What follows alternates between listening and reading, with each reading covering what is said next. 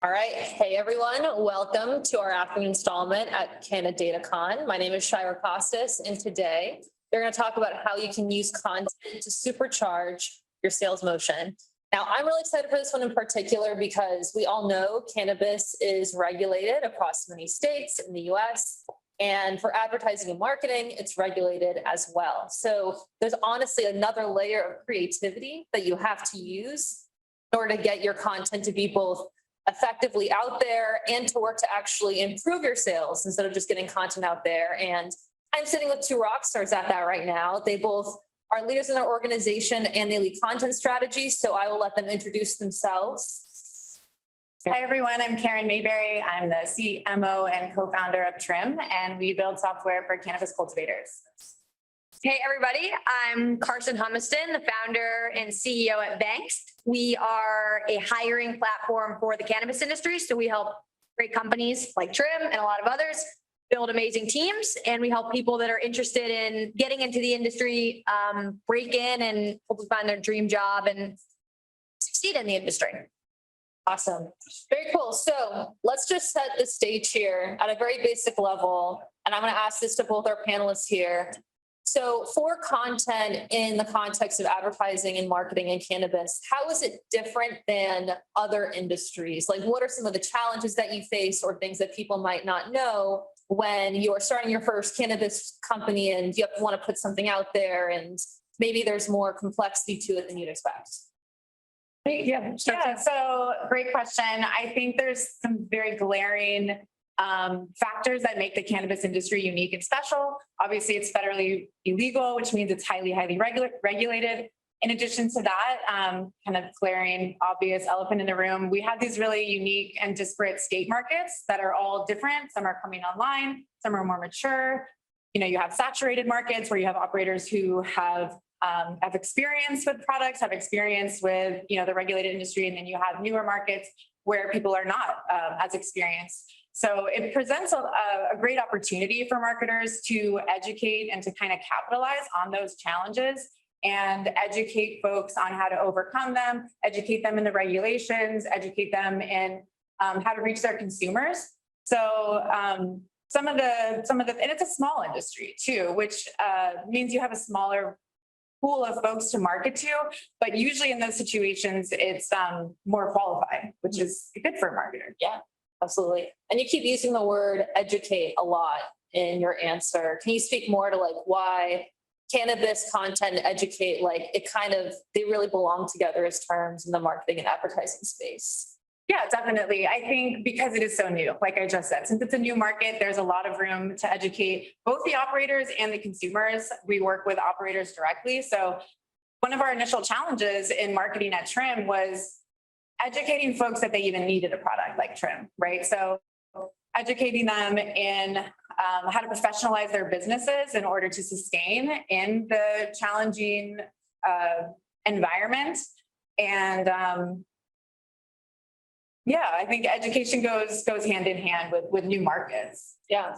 And I think on the topic of education, I think education can also be a really good marketing tool for businesses. So I know we're going to get into this, but some of the things that we've done that we've found some luck with is actually like creating educational content that helps our customers. So we just put out our 2022 cannabis industry salary guide, where we collect all of the data from our customers, as well as this year we opened it up to candidates. So you, as an employee in the industry, you could submit how much you earn each year. And we looked at benefits and, ranging from health insurance to paid time off, equity grants, everything in between. And then it's obviously super interesting data. So I know we're at the data conference, and also really great education for just the industry around here's how much you can make. And also then it comes back to benefiting us because people then come to our site, they download the report, they make a profile, they browse jobs, they browse new jobs if they realize maybe I could be getting paid more. So again, it kind of all comes full circle. That's great. And I think on the topic of data at CannaDataCon, data is a very valuable resource. Like, your data is your data, and that's power to you. So you decided to share your white paper and like educate the industry, and like, you're not getting paid for that. What kind of went into that decision to like put out content that's your own data rather than using that for something else that can like power a tool or something like that. Right. Yeah, I think like we're always one of the ways that we ultimately do like earn our revenue is by filling jobs, right? Matching people into jobs. And so candidate acquisition is a big marketing strategy for us. And so what are ways that we can get people to come to Vangst, make a profile, look for a job, apply to a job, hopefully get a job, and then eventually come back when they're ready for their next job. And so we're constantly working on what are things that we can put out into the world that are useful for people, but ultimately bring them to our site and get them to do that transaction, which is apply for a job and hopefully ultimately match to a job.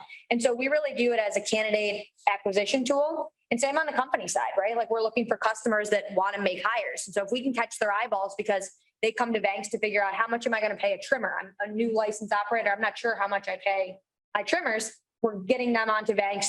They've created a profile and now that's a lead that our salespeople can follow up with and let them know about all the offerings that we have. And so we really just view it as an acquisition tool. And I think it is really useful for the industry, right? I don't think anybody would see if we were going to decide, okay, do we want to put a billboard up that says like Vangst.com? I think that'd be very obvious marketing, right? Versus this, it probably costs us less than a billboard. I don't know how much billboards cost, but it probably costs us less.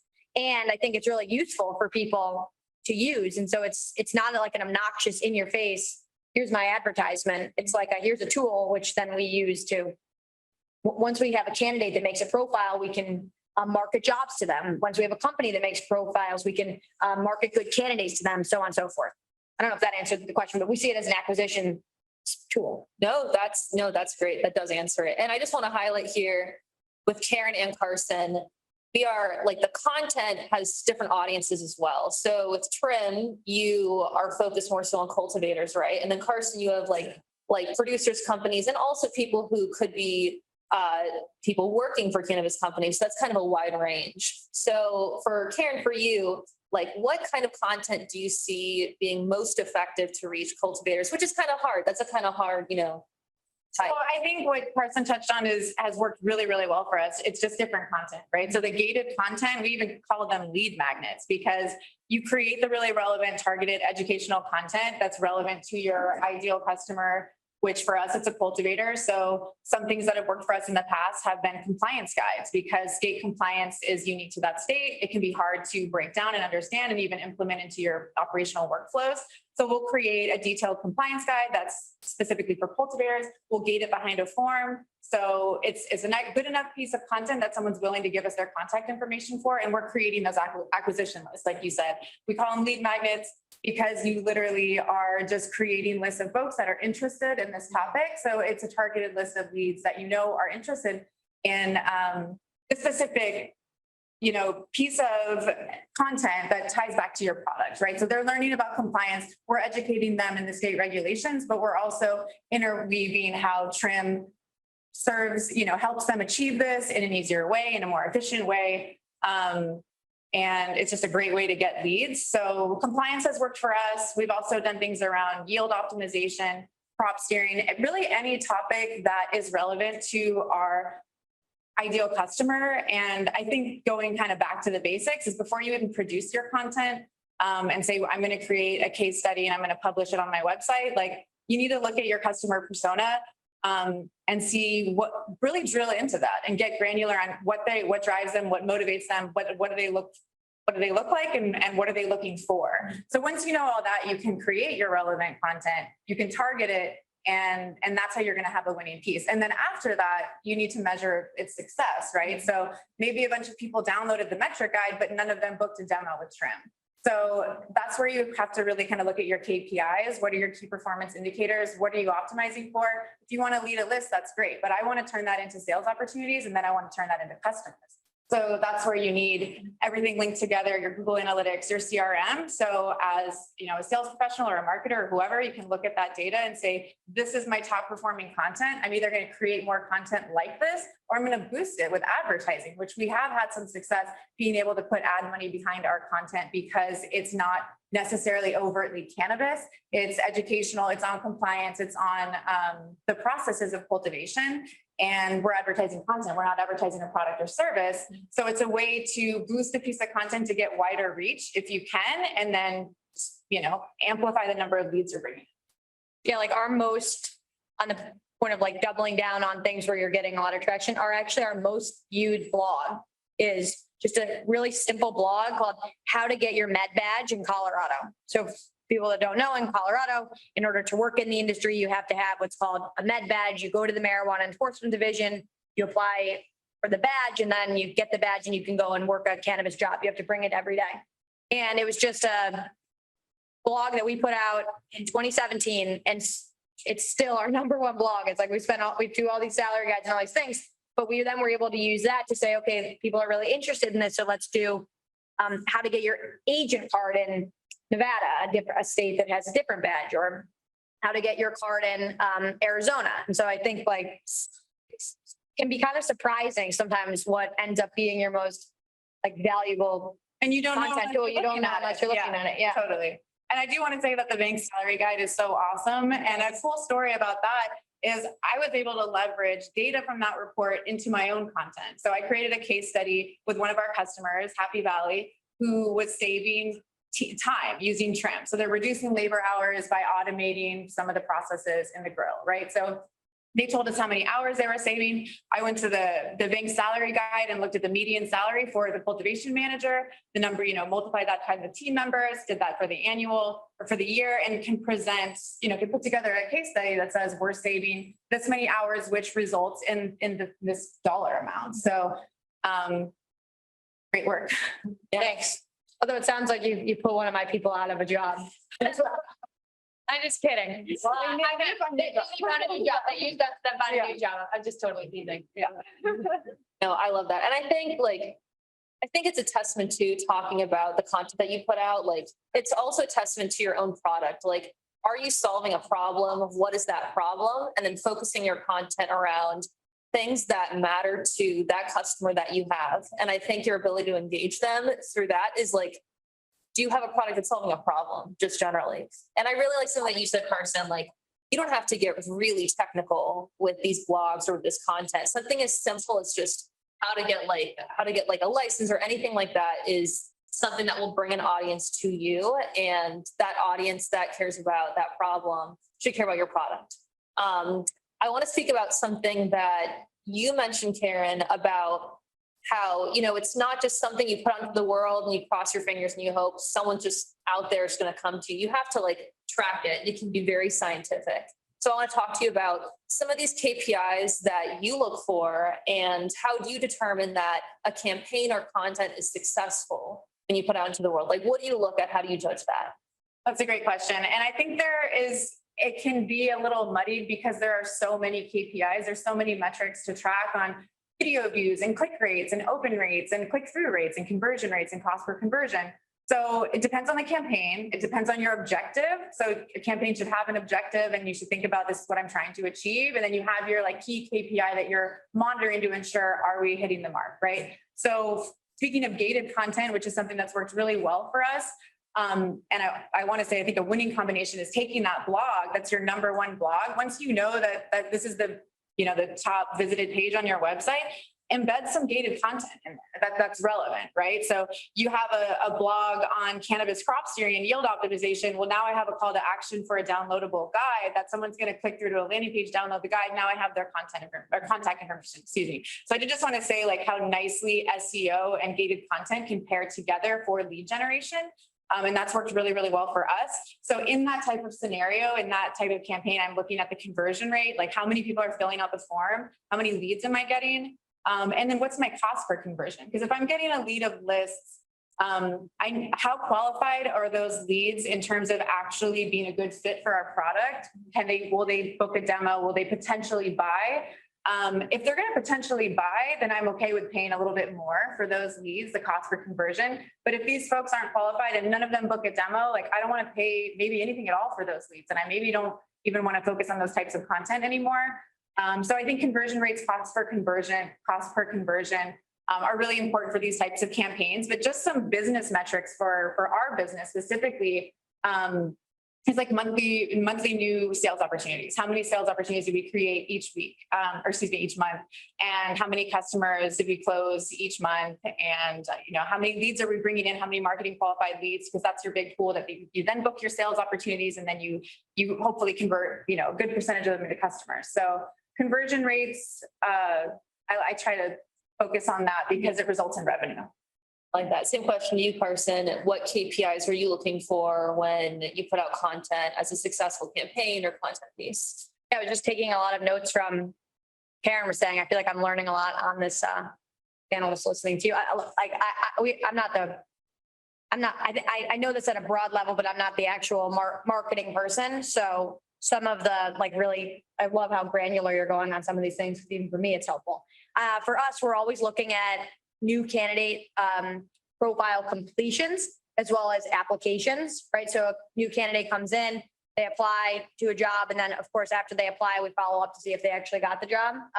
That's like the number one thing, right? Did we end up actually helping this person get a job? So that's like our number one North Star. Are we filling more jobs each month than the month before? On the customer side, same thing. As if a customer comes in and they're qualified lead, and then we book a demo with them, did we ultimately close them? So it sounds like we have pretty similar metrics, except we have two sides to our business: candidates and customers. Absolutely. That's great. I want to move on to more so, we're in a time right now, like everyone's cost cutting. We're trying to really conserve. And sometimes I think marketing kind of falls to the wayside. That's something that is usually cut. And it's really important though. You can't not market. So I want to ask you guys, if someone's considering using maybe a third party to try and, market or put out content, how do you guys view that? Like, have you used third parties before? Like, what are some successful, maybe third parties that you've used, whether it's putting out content or for distributing that content? What have you kind of seen yourselves? Yeah, sure. I don't know that we've had a ton of success using third parties. I think certain things we've relied on third parties for. So as an example, SEO. I know you said you really like the SEO person that you work with, that's something where it didn't seem like it made the most sense to hire an in-house SEO person. So we've kind of just said, what are the core things that we're going to do? And then what are the areas where we can have someone outsourced because we don't need them full time? Another area there would be graphic design. So we have a designer on our product and engineering team, and he said he was using so much of his time on the marketing team doing work for more marketing relating things. And so then we said, okay, let's outsource and find somebody, just a 1099 designer. So we haven't really done anything where we said hey, marketing agency, we're giving you all of our spend, run with it. I would say we have a good internal marketing team, and then we leverage third parties for really kind of specific needs that wouldn't make sense for us to hire in-house. We do the exact same thing, and we outsource the two exact same things that you touched on. I feel like you're a marketing expert. I'm kind of nervous with some of my answers sitting next to you. It's funny because we're in the exact same boat. We develop pretty much all of our content in-house, but we do work with a great SEO 1099 contractor, as well as a graphic designer. And additionally, we use a lot of tools that really help us amplify our marketing efforts, amplify our content strategy, particularly along the SEO line. Ahrefs, SEMrush, Moz are just a couple of the tools that have free or freemium options that can help you do your keyword research, right? Because you need to understand what are the search terms that your target ideal customer is searching for. But once you kind of know that, you have your framework for, I want to develop this. I think for us, it's worked out to create it in-house because cultivation is very niche. It can be very technical. Sometimes the topics that we're writing on, whether it's compliance or crop science, precision agriculture, I don't want to outsource any of that. I'd rather do the research and then hit up some of our industry experts in our network that can kind of help us ensure fact check it. Is this right? And it's kind of cool to even pull from your own network. In fact, we found out we started working with our SEO guy because it was someone our marketing director had worked with previous. So it's also a great way to find independent contractors that are, worthy and worth working with through your network. as well as things like Upwork and stuff like that to Right. find those independent folks, of which we've had great success working with folks off Upwork and Fiverr. So there are good people out there. Fiverr, you got to kind of weed through a lot of a lot of folks on there. But same as Karson, we outsource the SEO and the graphic design, but then we kind of put it all together and make sure that the messaging is kind of done by us. There's a lot of things that are you're able to do that are pretty inexpensive and also have a really big impact. Like we were just talking about the how to get a med badge in Colorado blog, right? I think people get scared when they think about marketing and they think that they have all these people on this huge grand plan. One thing that's been very successful for us is our podcast, which we had, we weren't sure if it was going to be a hit or not.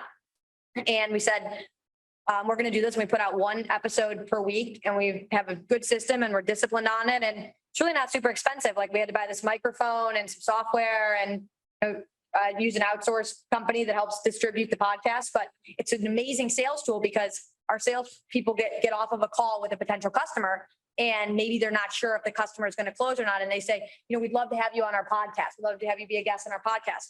And they come onto our podcast and we pump them up and we get their story out to the world. And we ask them to send us their headshot and their bio and their things. And we make a really big deal about it each week on social media. And I think then they kind of feel like we did them a solid, right? We got their story out to the world and we cared, and it's a great podcast episode. I'm the host, and I think I generally have a fun time with everyone we have on. Ian's been on, and we're getting better. I'm getting better, and like a lot of those customers end up closing. So our sales team, it's like we've got like a wait list because every single week the sales team's like, can you do 2 podcasts this week? Like I really want this person to close. I'm like, oh my god, how many more podcasts? Like that's just an example of we didn't know it was going to work. We didn't have this huge grand roadmap plan on the podcast. We said let's just do it, and it ended up being really awesome. And now it's like a huge tool. So I think like try it out, see what works. Yeah. Like you said, some things works. I can tell you about a lot of fails, like things that were really terrible, I would say. But this is an example of something that ended up working. I love that. And I think like that is also a point to how creative you kind of have to get the message out there with cannabis being so heavily regulated on so many channels. So Karson, you're very creative with your white paper and your podcast. How do you know when something is working and when something isn't? You should just scrap it because you want to it's a tricky balance between I put my first podcast out there. Some people saw it. Maybe it'll be better next week. Does it take time to, get the ball rolling a little bit? So when do you know, all right, this is on to the next one? Right. So I actually read that most podcasters give up before 50 episodes, and your likelihood of success majorly goes up before you get to 50 episodes. So when we first set out to do it, I was like, we should at least give it 50 episodes. And with the caveat, if after 20, it's so terrible, no one's listening to it, I'm saying things that are pissing people off and we're getting shut down on the internet, then we'll shut it down. But unless something goes really bad, if we're seeing benefits, we should at least stick it out to the point at which people say, if it's make or break. So that was the original kind of mentality around it. We knew we wanted to stick it out till 50. And like I said, then it started being really successful, and we had really good indicators of people wanting to come on. We're now up to about 1,500 downloads per podcast release, and our first one was only about 300. So it's over time we're getting more people that I think are regularly tuning in. To your point around tracking, there's a really cool piece of software that you can use that helps you be able to track how many downloads you're getting, so we can see which episodes are being listened to the most. I know we're at the data conference, so that's been helpful for us too. That's, I guess, we gave this one longer just because we had heard that most people give up in their podcast endeavors. And so we didn't want to be one of those people, but there's other things that we've tried where you can quickly say, we're not going back. I'll give you an example. We went, last year we went to MJ Unpacked in New York, and it was super successful in New York. We had really good experience. MJ Unpacked in Las Vegas was a really, really bad experience for us. We didn't land a single customer and it just didn't go well. So it's easy to just be like, we tried it. It was amazing in New York. We're going back to New York. It was terrible in Vegas. We're not going back to Vegas. And don't be so rigid where you can't say that was a failure. We shouldn't have gone, but we didn't know till we tried. We're never going back. That's great. No, I think it's awesome. So I kind of want to talk about compliance, because I think that is a very unique element to cannabis content, advertising, marketing. You have to be really careful, hiring someone who is in marketing, who maybe is outside the industry. There's a risk, and it's a big risk too. So I want to talk to you guys a little bit about what do you think are the platforms that are the most cannabis friendly and maybe ones that you stay away from altogether because the risks are just too great? So for social platforms, we successfully run Facebook ads, which we're in the minority there in the cannabis industry. And I think that's not to say that I haven't had ad accounts completely shut down. I've lost an Instagram account. I've had many things taken down, banned, barred, whatever. A couple of things on that. You actually have like 10 chances with your ad account that connects to your original Facebook page. So you don't have to start a new Facebook page. You can have, when I first found out about this, it's like a cat with 9 lives. So you can use an ad account. You can appeal it all you want. When it's gone, let it go, start up a new one. But know that your ads should pass their terms, like it should be compliant. So only run stuff that's compliant. Don't have cannabis imagery, don't have cannabis language. So be really safe there in order to be successful on Facebook, and advertise your content that was doing so well organically that you want to put some ad budget behind it to get those targeted lists of leads. So we've had luck on Facebook. That said, I don't post anything organic on Facebook though, because you don't get any reach organically with Facebook. No one's going to see it. So I don't even waste my time. Instagram's great for organic content. That's where growers are. That goes back to your ICP. Like, where are your people hanging out online? If they're on Instagram, you shouldn't be on Reddit, or you shouldn't be on LinkedIn, trying to become a thought leader if no one cares. So go where your people are. Just to posting organic content is pretty much always going to be safe, unless it's cannabis imagery on Instagram. That's probably going to get you flagged potentially. But it's a crapshoot.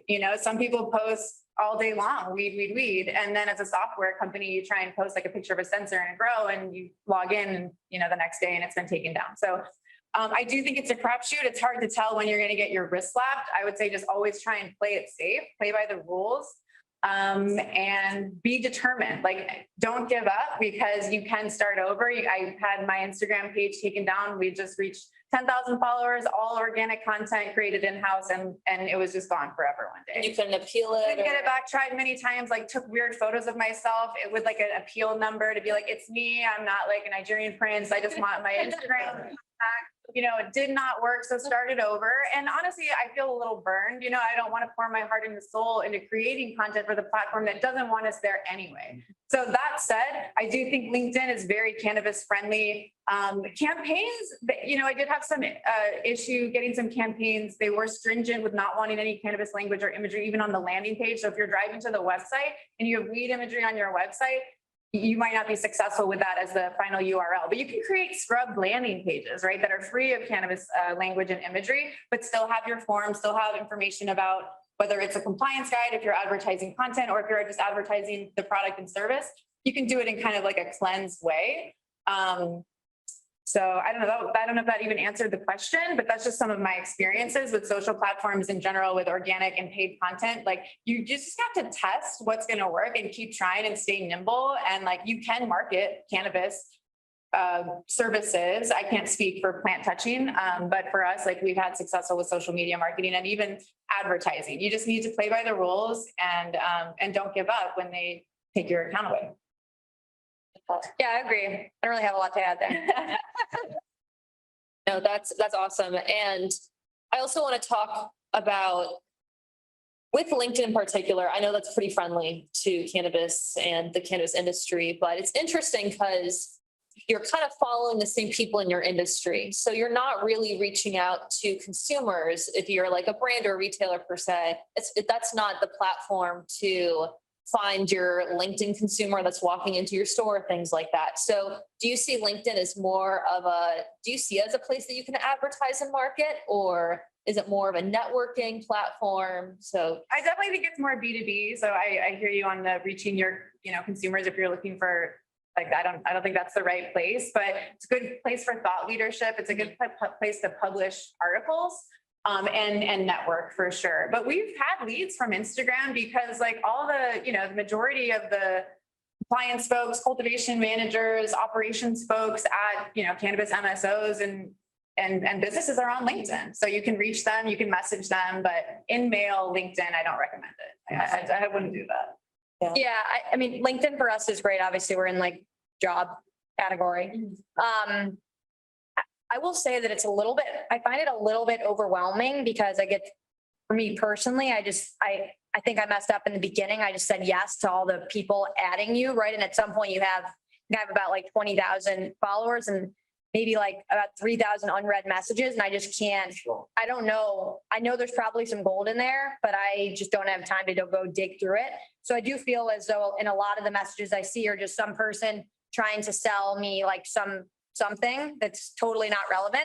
So I do feel like it's just so much that it's a little bit hard to manage on the personal side. On the Vangst side, it's our most followed account out of all of our Instagram, Facebook, Twitter, LinkedIn is our most followed page. And it is a really great place to, as an example, promote the white paper, promote the podcast. Like what I do is I'm pretty active. And so I'll, promote all the podcasts that we do and promote open jobs we have. And so like, I think it's a great tool. It's just been a little bit overwhelming to sift through the noise. Which is why I don't recommend InMail. Yeah. Use it for thought leadership, publish your content, comment on other people's threads and topics. If you want to connect with someone at a company, you can easily see who works there. You can start following them. You can, if they're active, that's great. Comment and start a conversation with them. That's the way to approach LinkedIn. I think hey, I work for Trym and I want to sell you software. That's instantly a no-no. Mm-hmm. And I've also noticed this year, I don't know if people are stressed with the market, like there's some pretty mean people on LinkedIn. I never really had this problem before. And I saw my post, I'm like, it's really kind of landed wrong. And so I've noticed that people have become much more vocal about their opinions out there. Be careful sometimes. Definitely. Instagram too. And especially for us, we work with growers and like growers are really passionate people. They're hardworking people and they believe what they're doing is special and important. And it is. I feel the same way, which is why I like working with growers. But there's egos there and like you have to kind of tread lightly, especially when you're putting out educational content too. Like not everyone's going to agree with what you're saying. So you want to make sure that what you're saying is valid, fact check it, and feel really confident before you put it out there into the world, because people, when you do that, you can be criticized. So, and what Rosie Matteo, who we work with, told me was just don't engage, right? With the trolls. Not the trolls. Yeah, no. You have to not engage because you can't out troll troll. What I did here, a tip is that if you write back something, then they kind of tag you as someone who will engage. So then you get double. So that's just a tip that Rosie told me about. So that's a good tip. Yeah. I didn't know about that. Don't poke the troll. Yeah. Oh, that's great. So Karson, for you, I know you have businesses and you have people who would like be a part of your job platform. Right. Do you have a different strategy for reaching those types? And I think that's also relevant to, just cannabis companies advertising to individual consumers, but also you might have like businesses you want to advertise to as well. So what do you see as like the different strategy for those two? Yeah. So two-sided marketplace with job seekers on one side, people that I'm in the industry and I want to get a new job, or I want to break into the industry and get a job. And then businesses, I want to make a great hire in cannabis. On the business side, it's much more B2B. And so going to events like this and going to trade shows and having booths. I mean, those have been our really great ways. Our referral program has been helpful. If one customer refers us another customer, they get a kickback. And so really it's been like, and then a sales team, right? A sales team that's actually out in the world, making cold calls, going to conferences, doing email connections, just like loading the top of the funnel. So it's much more like sales driven than marketing driven on the business side. Although after listening to this panel, I feel like there's things that we can do to get, more inbound leads on the business side. On the candidate side, it is mostly all digital, right? It would be really hard to go out into the world and try to convince candidates to sign up. So it's much more digital focused. We work like SEO is obviously like one of our, biggest expenses on the digital marketing side, right? If you search cannabis jobs, Vangst comes up. And so anyway, I won't go into all the details of everything we do, but it's much more digital on the candidate side. That's great.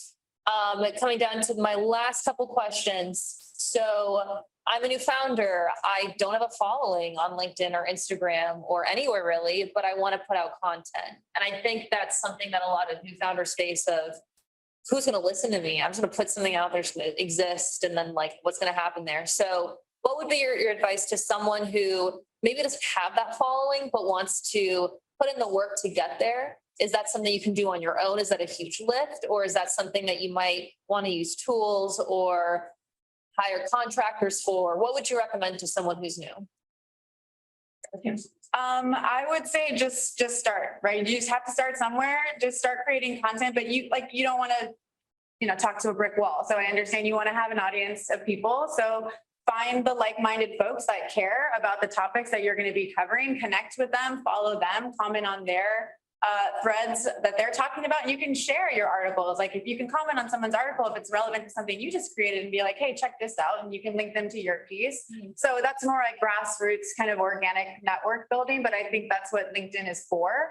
And I think that's, a great way to do it because it's very authentic, organic audience. It's going to take time and it's going to take work, but that's how we've done it in the past.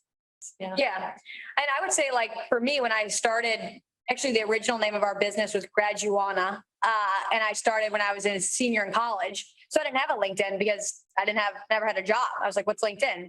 So an example of someone that, can prove that you can eventually over time, people will follow you on LinkedIn is, right? You have to make a LinkedIn as step number one. And then step number two is stick with it, right? Put out to the world what you're working on and continue producing relevant content. And so, of course, for Vangst, it didn't just happen overnight where people suddenly were reading our salary guide and listening to our podcast and engaging. It took a lot of years, and I think we still have a long, long way to go. But I totally agree with you. Get started, get out there, do the work. Put your first post out, put your second post out, put your third post out, and don't give up. And I think create content that's valuable for people, right? The salary guide, right? Figure out what can I give to the world that would be valuable for them. So it's less of me just saying, come spend money with me, right? No one wants to hear that, right? Let's put things out there and then it will come back to you, would be my advice. And you could, trust me, if I could get anyone to follow me on LinkedIn, all of you can. I think what you said is really important. Graduana.com, like people can follow that somehow.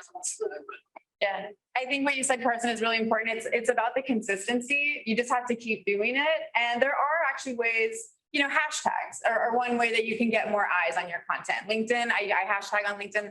I'm not having great luck with organic. I think we're shadow banned again. Like these are the challenges that you face as a cannabis company, even an ancillary company in cannabis. I'll put out a great post and there's no engagement. It's because no one saw it. So LinkedIn is good. I think the hashtags really do work to amplify reach. And you can tag people in your posts too. Tag people that are the thought leaders in the space that you want to get their eyes on your content. You want to start you want to start a conversation, and that'll get people to kind of come to your page and see what you're doing, what you're all about. Absolutely. And my last question would be, I think it's, you think just make content. You're like, oh, let's talk about something I know about. It's hard to develop something really thoughtful that people care about, that solves a problem that you can speak to as an expert. How often are you guys trying to put out content, and how big of a lift is it for you? Because I think it's important to use your original voice, but you also want to make content that can be put out not just on one platform. Like if you can put something on different platforms, that's like that much work, like times 3, if you can put it on 3 different places. So what's kind of your goal in like putting content out there, staying relevant without just like spamming, For us, we have a really small marketing team. We try to publish 1 new article a month, and we try to have a downloadable piece of content that accompanies that. We don't always achieve that. Not every blog has some great PDF that's an SOP or a checklist or a resource or a guide. That's what we shoot for. That's like our holy grail, is like a great SEO long form article with a solid piece of content. And then we can remarket to those leads. We can hand it over to the sales team. The sales team can call on those leads. But that's what we shoot for. We have a 2-person marketing team. Ella, my marketing director, is fantastic. She writes all of our blogs. She's super brilliant. And we try to publish 1 a month. And then, like you said, like you want to distribute it on your other channels. You want to have something visual for Instagram that links to the article. You want to have maybe a video or a reel. Now it's all about reels. You want to have the little like snippet for LinkedIn, or maybe a quote that you pull, like an excerpt, and then you link it back to the article, which is on your site, which is driving traffic to your site. So I would say don't bite off more than you can chew. Focus on the quality of the content and what you can reasonably produce in-house, because we do all of our, we're talking about cost cutting. Like we want to do it in-house. So we want to also like set ourselves up for success and set attainable goals. Yeah, I like that. Like, coming up with something that you know you can stick with, I think is the best thing to do. So if you say, I can do one white paper per year and you know you can stick to that, I think coming up with something that you can stick with that within your business. We try to do one report per quarter, which is actually something that the Mattio team has helped us with. And then ultimately that's been a great way to also drive press, right? That's something else that we didn't talk about a ton here, is that the content you use can actually be the best way to get you in the media, which is something that we learned from Mattio. So write the salary guide. You know, maybe Vangst doesn't have an announcement going on this quarter, right? We're not raising any capital. We're not launching into any new markets. I'm just giving an example. We put the salary guide out there, and that's really interesting content that then the Mattio team can take out to reporters, and then reporters want to talk with us about this. And that gets us like bigger bang for our buck. So where I'm going with this is, I think, creating things that are like the gift that can keep on giving. And so for us with the podcast, we can take the podcast and we can put it on, we can write a blog about it. So for people that are more visual, that want to read about it, we can put it on Instagram, Twitter, make a reel. I'm not making the reels, but I do see them out there. They look really good. So I feel like reels is becoming a thing. It's a total thing. Reels is a thing. And so what are pieces of content that you can use that then you can like get bigger bang for your buck on? So I think that's like a really good tip. Create one thing one time, then you can use for a long time. Evergreen. Like it. Great, awesome. Well, we're at our question portion now, so I'll open it up to the audience. Also, if you're watching virtually, you can put it in the chat. But any questions for our panelists? Yes. Can you speak to the best practices and challenges of integrating sales efforts with sales teams? I feel like I'm on our quarterly investor call. Yeah, just repeat the question. It was best practices in integrating sales, or what was it?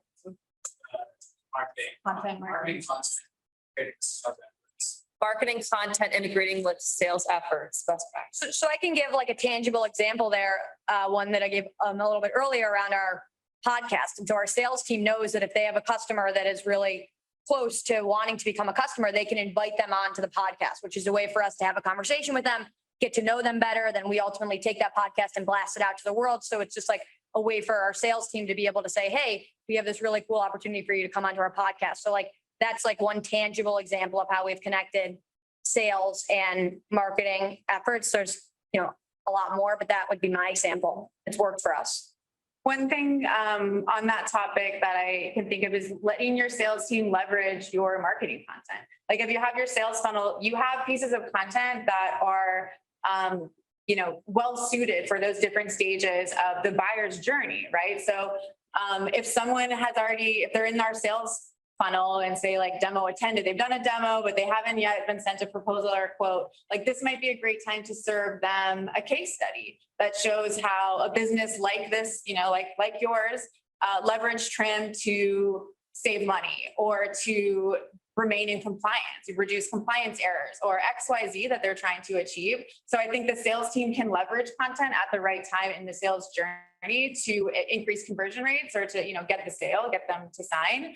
As well as I think it's just important that sales and marketing always work really closely together, because if we're pouring our hearts and souls into building great content, convertible content, right, that actually derives leads, and then we pass them off to the sales team, we want them to take the right action. We want them to nurture the leads and not let them kind of slip through the cracks. So I think having tight alignment with sales and marketing to ensure like lead management is things are progressing, things are moving forward. We're nurturing the leads, we're providing a great customer experience. I think that's important to consider when thinking about sales and marketing working together to drive revenue. Is that something you do, like train your sales team and marketing to like work together? Because I feel like you can make the mistake of having them be totally separate departments. Like, do you have to encourage? Yeah, we have regular meetings, and like we also leverage our CRM to ensure that leads are being managed properly. To make sure that we have the right number of touch points, right? To make sure tasks are being completed. Like we have a lot of automation set up in HubSpot, our CRM, that ensures like the leads are being properly managed and, they're moving towards hopefully a sale. That's great. Question, yes. A little bit of a cliche question at the time, but curious, you talked a lot about SEO as well as like organic content being part of your strategy. Curious with like ChatGPT, you've been playing with like their SEO optimization tools. And even just like general content generation. I'm curious if you think that's an effective strategy in your term. I do. Yeah, I think that. just repeat the question. Oh, Yeah, sorry. no, That was a great question on AI chat. What's chat? Chat GPT. Yeah, and how that can help maybe contribute or play a role in a content strategy. I absolutely think so, especially if you're on a tight budget, right? And you don't have a copywriter, you don't have a content team. So I wouldn't deliver that as the final ship product, whatever the AI engine pumps out. But we actually use some tools to create outlines for our long form articles that are just say like, here's the sections that are relevant based on their pulling from Google, like other folks that wrote on this content had these sections in their piece, and kind of aggregate all that to give us an outline. And we can say, we think these are the interesting sections, we'll flesh it out, we'll write the content. So I do think it can contribute. I just think that you need humans to make sure that it's accurate and that it's in your own voice, right? Like you want it to be in your voice, not the robot voice. And we have like vetted some of our topics and predominantly to get those outlines and just kind of directionally. But then you end up having to like rewrite a lot of it or just kind of massage it. But yeah. SEO standpoint, is it producing things that you like? So it's very new that we're even, it's very, well, we've used it for like I said, to kind of create those outlines in the past. And we rank number one. So yeah, it depends on like, what's the competitiveness for those search terms that is there even, folks, like sometimes it's really easy to get on page one, right? But like the term seed to sale, that's a really hard term to be the number one, organic listing. So it depends on the terms, but yeah, I think it can and does work. Great. Any other questions? What's the name of the podcast? Proud to work in cannabis podcast. It used to be called Seed to Sound back in the day, and that I was not involved with, and that podcast I think that's gone.